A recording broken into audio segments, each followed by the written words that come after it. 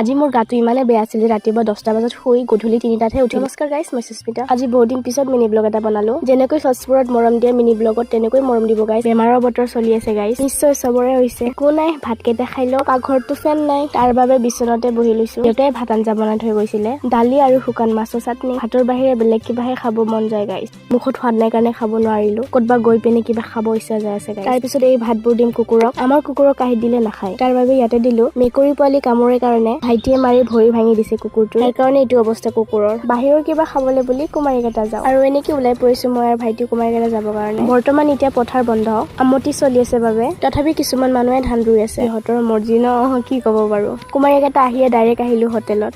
মুখৰ সোৱাদ নলগাৰ বাবে খাওঁ বুলি আহিছো, বিশেষ একো কাম নাই। দুখৰ কথাটো কি জানেনে, মুখৰ কিজানি সোৱাদে নাই, মমটোও সোৱাদ পোৱা নাই। তাৰ বাবে বেলেগ একো খাব ট্ৰাই কৰা নাই। চাহৰ যোগাৰ লৈ ঘৰলৈ যাম বুলি ভাবিলো। তাৰ পিছতে মনত পৰিল মোৰ এটা কুৰ্তা চিলাব আছে, লগতে আনিছিলো। মোৰ কিন্তু সদায় অহা নহয়, তাৰ বাবে কুৰ্তিটো চিলাইয়ে ললো। এনেকৈ বেমাৰত অলপ ফুৰি আহিলো। ব্লগটো কেনেকুৱা লাগিল প্লিজ জনাব। সাবস্ক্ৰাইব কৰা নাই যদি সাবস্ক্ৰাইব কৰি দিব। বাই।